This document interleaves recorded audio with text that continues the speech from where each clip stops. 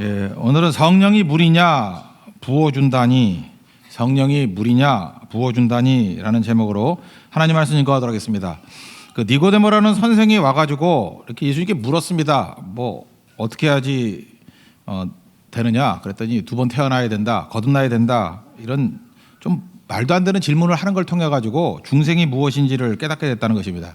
그래서 우리 주변에도 엉뚱한 질문하는 사람에 대해서 나쁘게만 생각하는 게 아니라 저렇게 생각하는 사람도 있구나. 그럼 예수님이 친절하게 대답을 해줘서 그것 때문에 또 깨닫게 된다는 것입니다.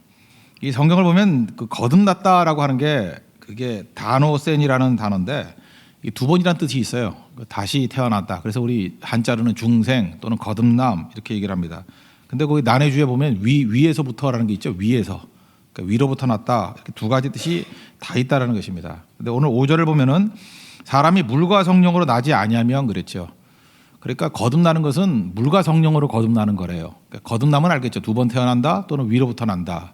근데 방식은 뭐냐면 물과 성령으로 태어난대요. 물과 성령이 뭐냐? 이걸 해석을 못 해가지고 힘들어하는데 이게 이런 거예요. 성경의 그 병행법을 알면 쉬운 거거든요. 이게 내가 너무 늙은 사람인 것 같아요. 요즘에는 옛날 영화에서 1982년 영화니 여러분에게 얘기할 게 없죠. 그 사관과 신사라는 영화가 있었어요. 사관과 신사, 리차드 기어 나오고 그 데보라 윙거가 나오는 영화였는데 그 사관과 신사. 근데 그거 아무리 봐도 사관이 누군지 신사가 누군지 안 보여. 계속 그 한 사람만 나와요. 그 리차드 기어만 나오는데 사관은 어디 있고 신사는 어디 있지? 그러는 거예요. 걔는 an officer and a gentleman 그거거든요. 그 영어 용법에 보면은 부정관사가 있고 명사 플러스 명사 그러면은 두 가지 속성을 가지고 있는 한 사람을 뜻하는 거죠. 죄송합니다. 하여튼 그런 게 있어요. 그죠? 예. 그러니까 사관과 신사 이건 이제 웃기는 번역이에요. 이런 게 아니고 신사 같은 사관이라는 거예요. 신사, 젠틀한 사관이다. 그런 뜻이거든요. 그러면 이제 이해가 됐죠? 물과 성령으로 그러면 뭐예요? 물 같은 성령이에요. 이제 모르겠어요? 또 이런 게 있죠. 불과 같은 성령 그러잖아요. 불과 성령으로, 불과 성령, 게 사도행전 2장에서 또 불과 성령으로 나오잖아요.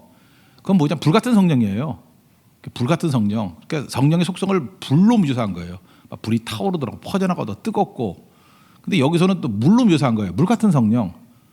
그럼 이해가 되죠?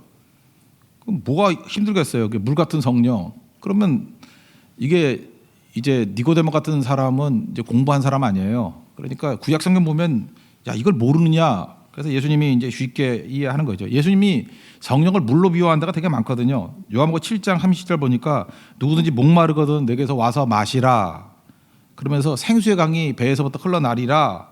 그러면서 그를 믿는 자들이 받을 성령을 가르쳐 말씀하신 거다. 그러니까 성령을 물로 비유한 거예요.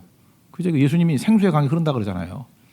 그러니까 물로 비유한 게 있는 거고 또 그다음에 이건 예수님 말씀이니까 뭐 못 들었다고 합시다. 그러면 구약 성경 에스겔서 36장 25절 보니까 거기 물로 비유되어 있어요. 성령이 오실 때 맑은 물을 너희에게 뿌려서 정결하게 하되 뭐 이런 말씀이 나와요.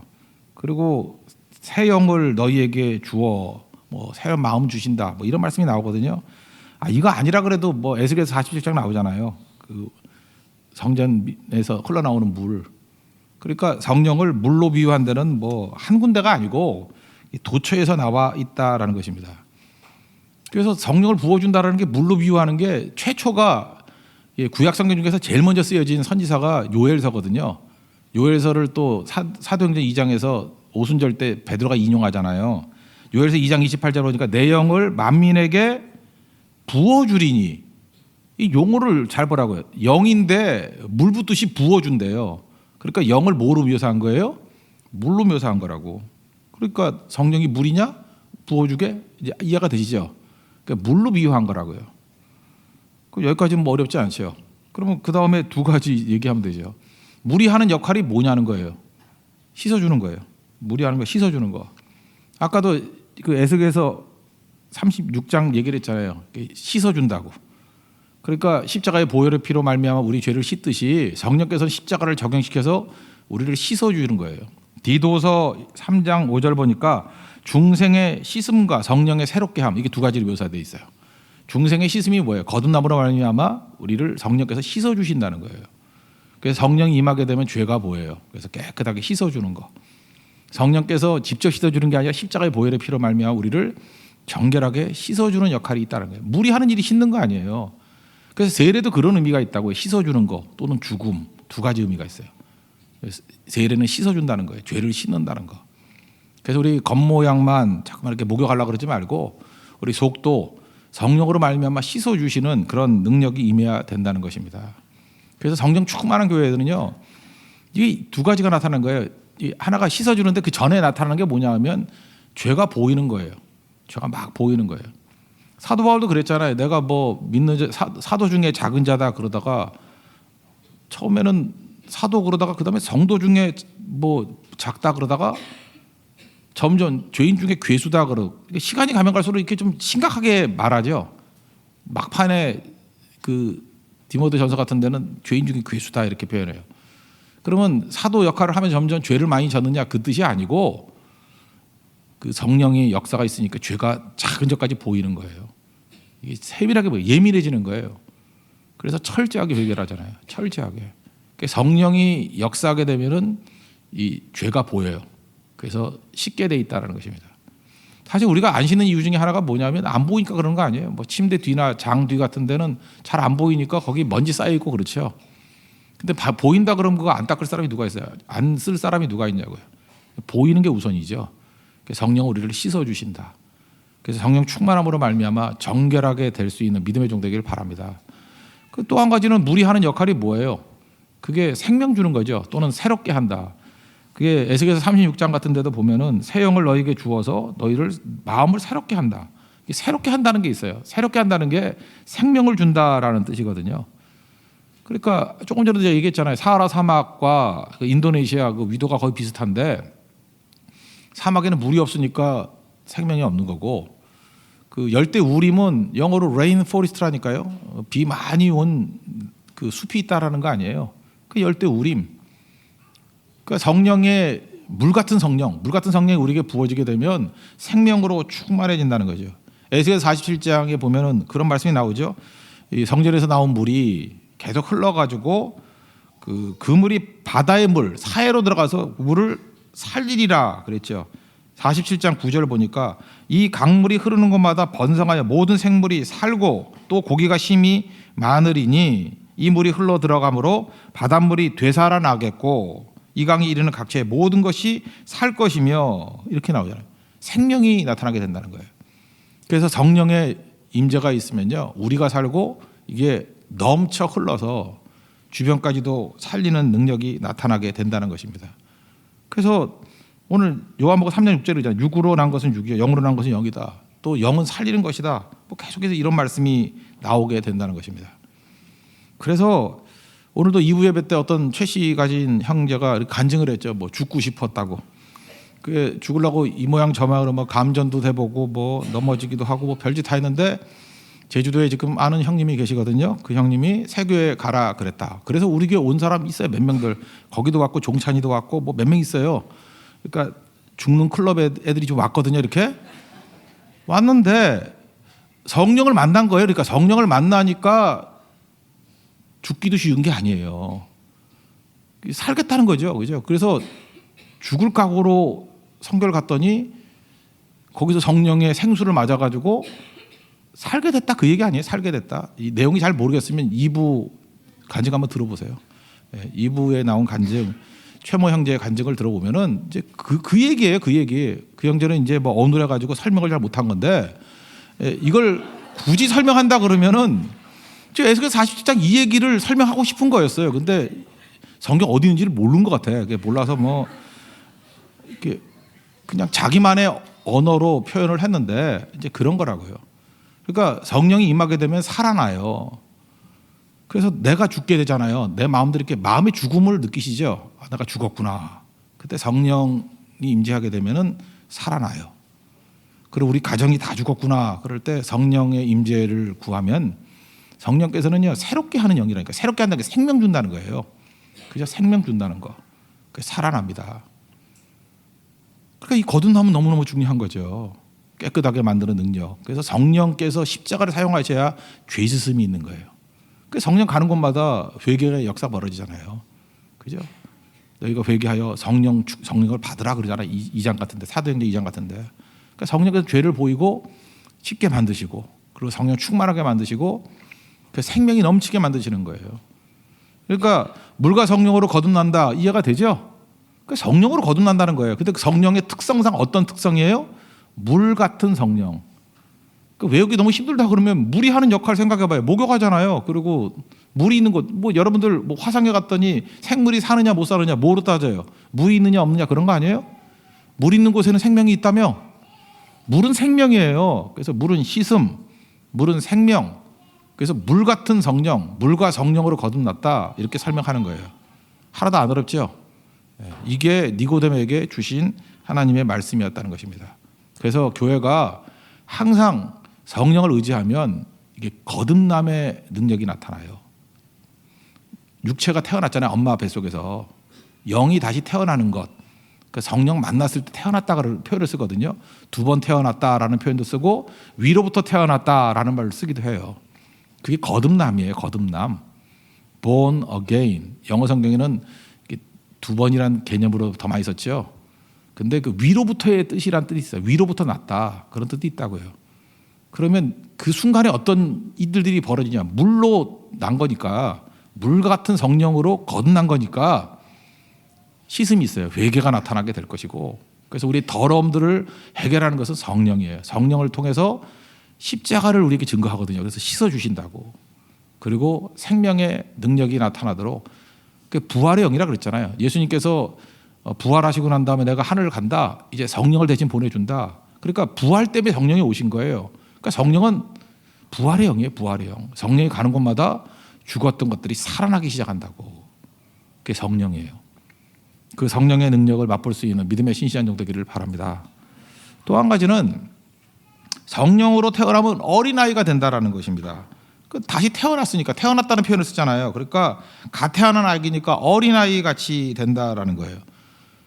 그 어린아이 같이 되지 않는 거는 뭐냐? 바리새주의가 그런 거죠. 믿자마자 어른이 되려고 그래. 바리새주의는 어른이에요. 뒷짐지고 난 다음에 대접받으려고 그러고 어른인 척하고. 그게 이제 뭐 가짜겠죠. 가짜. 그죠? 이제 그런 가짜에 속으면 절대로 안 되는데, 하여튼 우리 그 가짜에 농락당하는 경우가 많아요. 고린도전서 3장 같은 데 보면은 그 신령한 자들이 있고 또 어린 자들이 있다 그랬어요. 3장 2절 보니까 너희를 젖으러 먹이고 밥으로 아니하노니 너희가 감당하지 못한다. 뭐 이런 말씀이 나와요. 그게 무슨 얘기예요? 지금 어린 아이라는 거죠. 어린 아이. 그래서 성령으로 태어난 사람은 어린 아이 과정을 겪는다는 것입니다. 그러니까 또 다른 말로 하면 뭐예요? 어린 아이 같이 된다는 거예요. 성령 충만해지면. 그 어린 아이의 특징이 뭐라 했어요? 뭐 순진하다. 애들이 순진해요? 나와서 봤는데 순진해요? 거기 내가 볼 때 구렁이 몇 마리 들어있던데. 어린아이는 순진하다라는 것만을 가지고 순진한 게 아니죠. 그게 아니고, 이거 중심 특징이, 어린아이 중심 특징이 뭐냐? 제가 이전에 설명을 한번 했죠. 이게 뭐라고 설명하는 것보다도 이 설명이 제일 좋아요. 지나가게 하는 게 어린아이 특징이에요. 어린아이는 패스시켜요. 이렇게 지나가게 해요. 제가 예를 하나 들었죠. 그 어떤 형제인데 굉장히 근심 어린 표정을 짓고 얘기를 해요. 왜 그러냐 그랬더니 그 자기 아들이 뭐 3살인가 4살밖에 안 되는데 자기가 좀 상태가 안 좋아서 굉장히 크게 짜증을 냈대요. 화를 냈대요. 화를 버럭 내고 왔대. 그리고 애가 그냥 기가 푹 죽어가지고 있더라는 거예요. 그리고 이제 나왔는데 이제 집에 들어가야 되는데 막상 집에 가려니까 두렵다라는 거예요. 그 아이한테 자기가 너무 심하게 해가지고 그 어떡하겠나 이런 생각이 들더라는 거예요. 내가 너무 심하게 혼냈다. 잘못했다는 걸 알기 때문에. 그래서 아이 보기가 힘들다. 근데 그 다음날 들은 얘기예요. 이제 조바심을 갖고 집에 들어갔는데 들어가자마자 그 아이가 아침에 그렇게 혼났는데 싹 잊어버리고요. 다 지나버렸어요. 아빠 그러고 달려와서 앉더래요. 그때 아버지의 마음이 무너진 거예요. 이야, 이 아이 대단하구나. 그죠? 이 아버지는 자기가 혼내고 자기가 하루 종일 가슴에 품고 있었죠. 지나버리지 못하는 거잖아요. 내가 애를 혼냈는데. 그러니까 늙은이지. 혼냈는데. 이걸 지나버리지 못하는 거예요. 그게 늙은이의 특징이에요. 가슴에 품고 꽁하니 있고. 지금도 마찬가지예요. 진짜 재수없는 인간이 뭐냐면 맨날 1년 전 얘기, 2년 전 얘기, 10년 전 얘기 잊지도 않고 맨날 기록하고 적자생존 또 적고 또 되뇌이고 뭐 또 얘기하고 또 얘기하고 정신 나간 놈이죠. 그 늙은이에요 그거. 아이는 어때요? 아침에 그렇게 혼났는데 하나도 남겨두지 않아요. 다 지나보내요. 그리고 아버지를 반겨줘요. 아빠 하고 반겨줘요.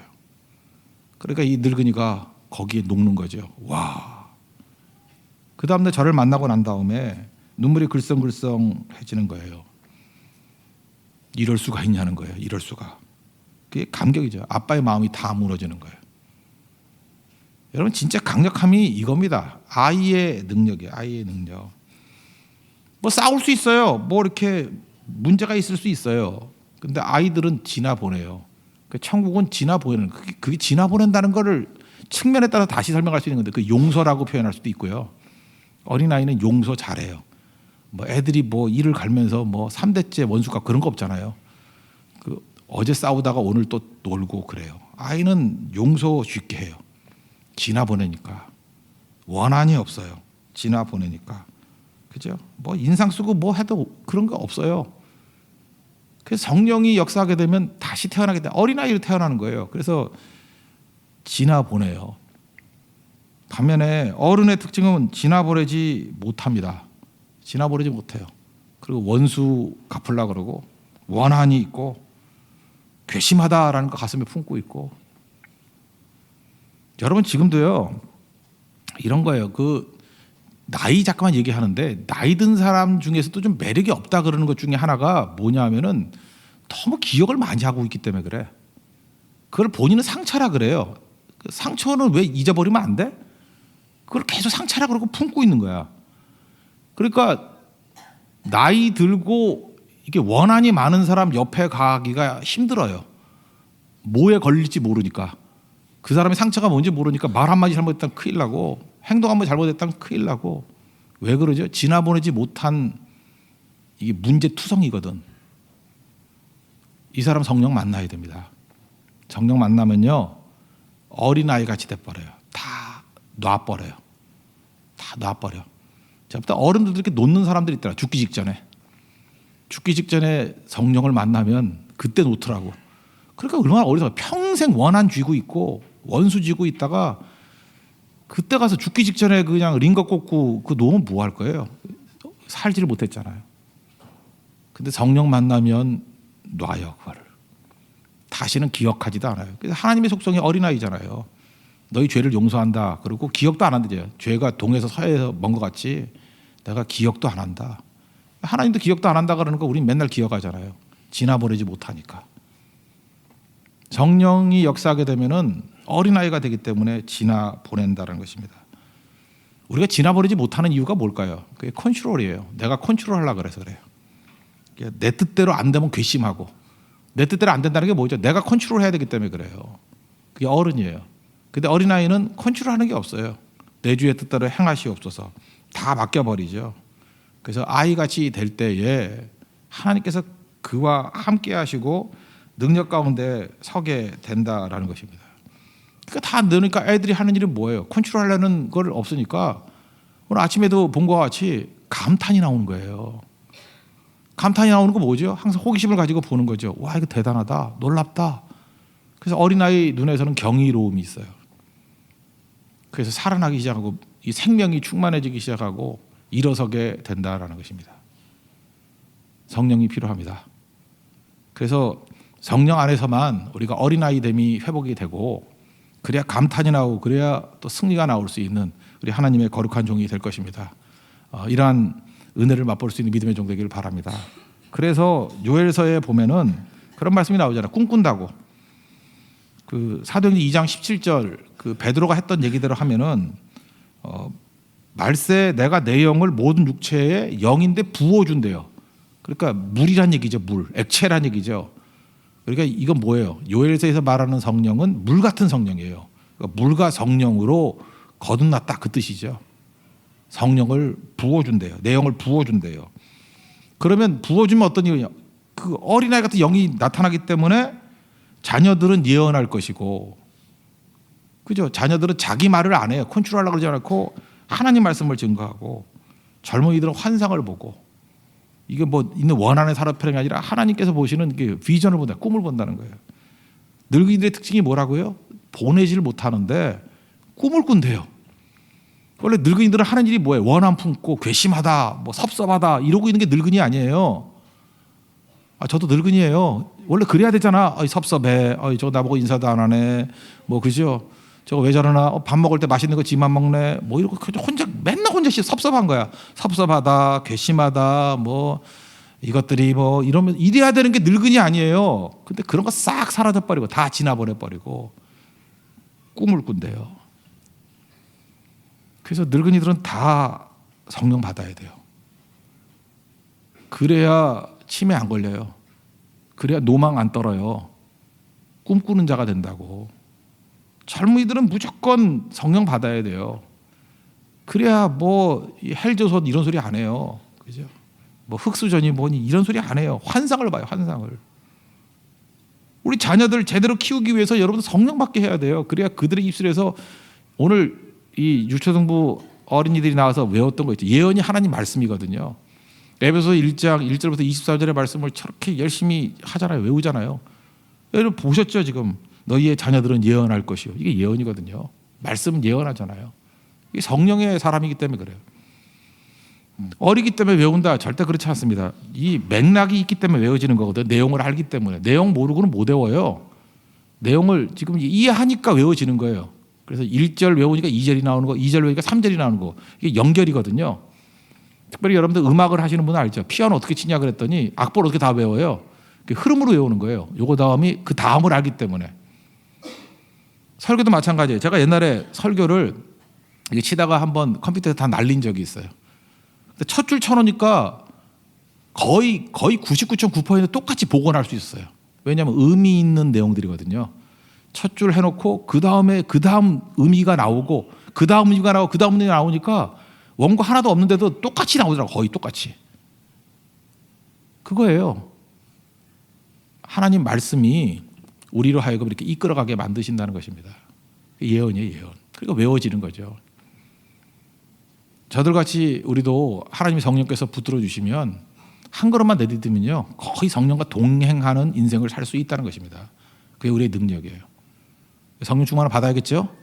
그래서 우리 세교의 모든 성들이 이제는 뭐 요한복음 3장에 나오는 물과 성령으로 거듭남 그러면 이게 뭐 맨날 듣긴 들었는데 뭔 소리야 그러지 말고 물 같은 성령이에요. 사관과 신사 그거 외우라고요. 그죠? 신사 같은 사관이라고. 그러니까 물 같은 성령이에요. 사도행전 2장에는 불 같은 성령이고 그 묘사에 따라 틀리죠. 물 같은 성령이라고. 근데 성령에 대해서 제일 많이 나온 게 물이고 그 다음 많이 나온 게 불이에요. 물은 씻어준다. 또 물은 생명을 준다. 그리고 세 번째 다시 태어난다는 것은 어린아이 된다. 어린아이는 지나보낸다. 그리고 의지한다.